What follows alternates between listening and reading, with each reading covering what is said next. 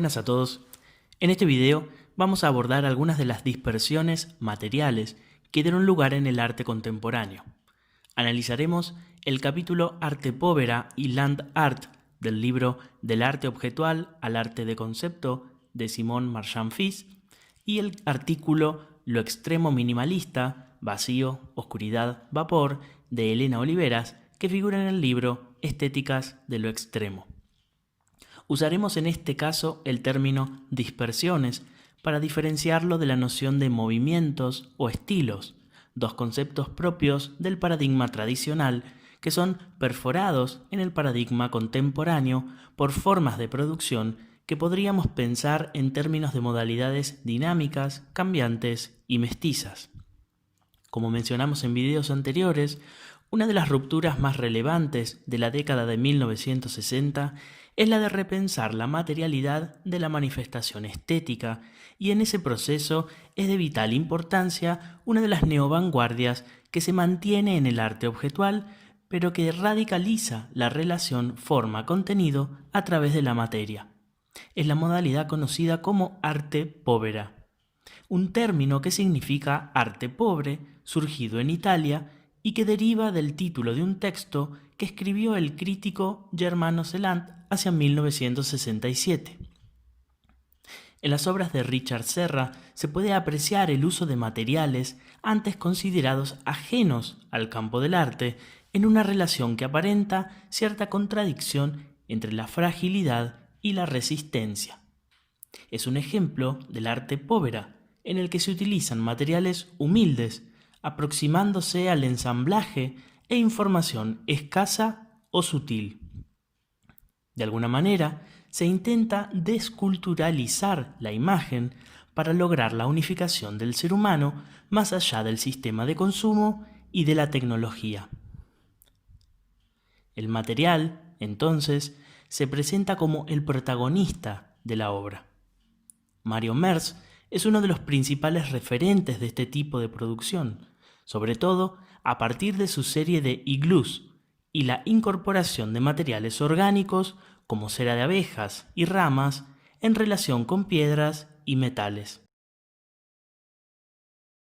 Otro artista que recupera la potencia del reino mineral es Giovanni Anselmo, a través de propuestas despojadas de figuración, pero eligiendo cada elemento desde su capacidad simbólica. Giuseppe Pennone elige abordar, en cambio, el reino vegetal, a través de su serie de árboles, en las que se podrían encontrar analogías entre estos y los seres humanos. Podemos percibir el vaciado como una estrategia recurrente en la que se desliza la capacidad de apreciar el interior casi mágico de una materialidad hasta entonces cubierta y oculta. En términos históricos, esta generación de artistas se aleja del informalismo, dado que en este las propiedades físicas del material son captadas como ingredientes estéticos y transformadas artísticamente. El arte povera, en cambio, implica una activación de los materiales, subrayando su poder energético, su capacidad transformadora e interesándose por el modo de manifestarse de cada elemento. Existe así un acercamiento al reino natural para redescubrirlo. Una de las novedades que plantean algunas propuestas es que, dadas las características de los materiales empleados, los elementos compositivos determinantes pasan a ser la indeterminación y el cambio, la transformación de la materia en movimiento. De manera simultánea, otros artistas que están trabajando en Estados Unidos con materiales orgánicos suscitan el luego denominado arte ecológico. En estos casos se acentúa aún más el aspecto procesual en sus producciones y se aleja del arte objetual. El fenómeno del ecoarte fue descrito por el artista Alan Sonfist en su libro Art in the Land de 1983. El arte ecológico responde a las inquietudes de los artistas respecto a las repercusiones posibles de la intervención humana en los procesos naturales. Una de las propuestas más emblemáticas de Sundquist es la de Time Landscape, que consiste en la creación de un bosque precolonial en plena ciudad de New York, permitiendo visualizar cómo se veía ese territorio antes de la urbanización y de la colonización europea. Otra línea de trabajo que recupera el análisis de la naturaleza es el bioarte, pero desde una perspectiva muy distinta. Deriva en esencia de los avances de la ciencia de las últimas décadas, tanto en el campo de la genética como de la biotecnología y del estudio del genoma. Luis Fernando Benedict construyó propuestas que podrían enmarcarse en esta línea, desarrollando instalaciones de pequeños ecosistemas híbridos entre seres naturales y elementos tecnológicos. El precedente histórico más antiguo podría ser el de Edward Steichen, con su proyecto Delphinium de 1936. Fue la primera exposición realizada en el MoMA en la que solo fueron exhibidas plantas que Steichen seleccionó y cruzó durante 26 años, obteniendo una variante híbrida única. Por otro lado, es necesario mencionar a George Jessert, quien también usa el cultivo y la selección de plantas como medio de expresión artística, ejemplificado esto en su proyecto Iris.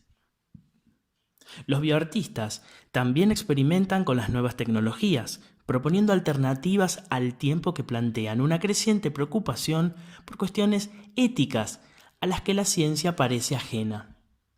Esto se observa en la propuesta del artista brasileño Eduardo Kac, con su proyecto GFP Bunny, que dio origen a Alba, un controvertido conejo albino con ADN de medusa, para brillar de un verde fosforescente bajo luz ultravioleta. Estas dispersiones del arte povera, el arte ecológico y del bioarte se enlazan como proyecciones de una tendencia de la década de 1960 denominada Land Art. Prácticas que intentaron reaccionar al creciente carácter comercial del arte. En ese sentido, generan un desplazamiento, despojándose del objeto y expandiéndose al lugar. Deciden abandonar el marco del estudio y salir al paisaje para producir obras que no se pudieran vender y que ni siquiera se pudieran visitar fácilmente, tomando como soporte y material a la propia naturaleza. En esta línea podemos mencionar a Dennis Oppenheim, con sus intervenciones sobre el paisaje, como Annual Ring de 1968, en la que se limitó a acabar con una pala el dibujo de los anillos de un tronco en un campo nevado en la frontera entre Estados Unidos y Canadá. Otro hito relevante es la Spiral Jetty de Robert Smithson de 1970, realizada con rocas de basalto, proyectándose en más de 400 metros desde la orilla en las aguas del Gran Lago Salado de Utah. Las prácticas de land art derivaron en múltiples formas.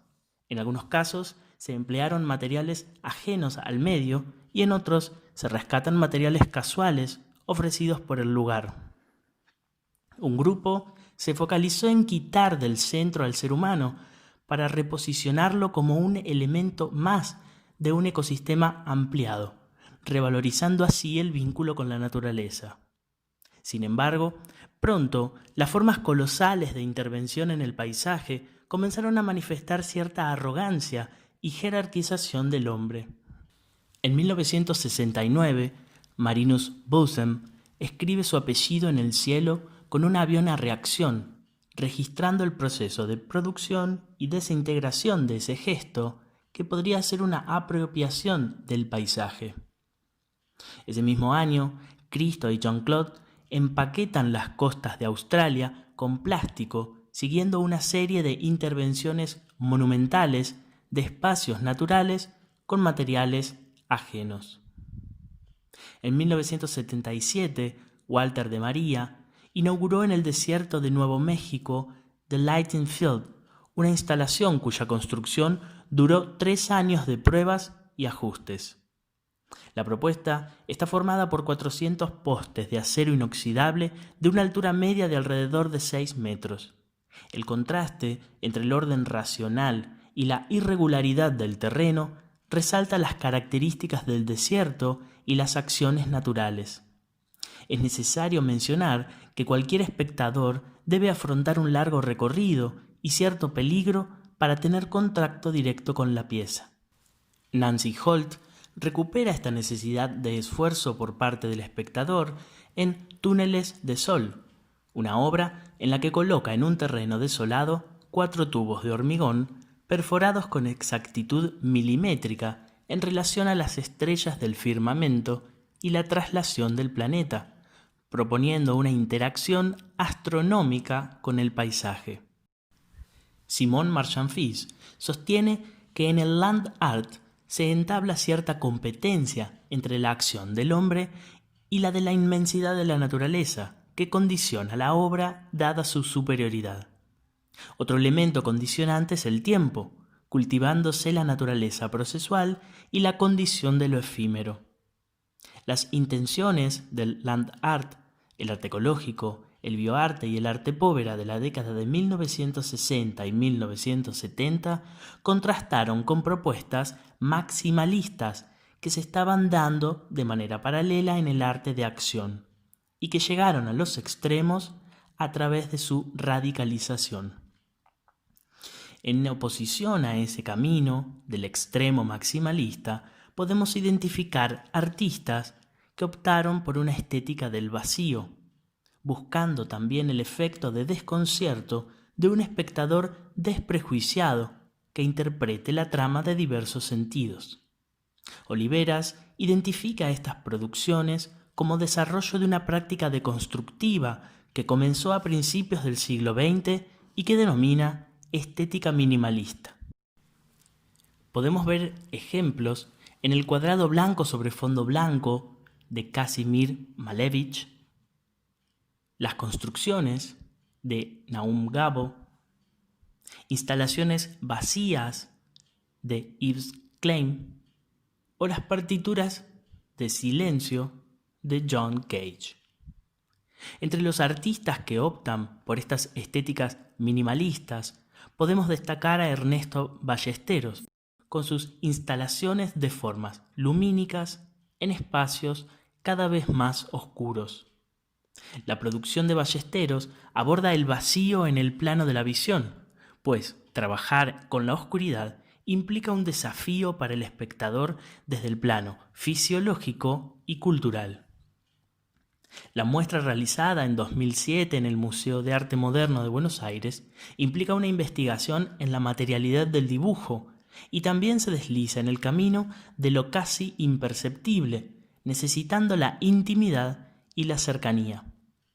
Al trabajar con significados de signos cuya figura está ausente, su producción está más vinculada a desvelar el proceso que a mostrar el resultado. Elena Oliveras sostiene que estas obras de estéticas minimalistas hablan callando, haciendo que lo lleno, perceptivamente ausente, se presente en el nivel de la imaginación.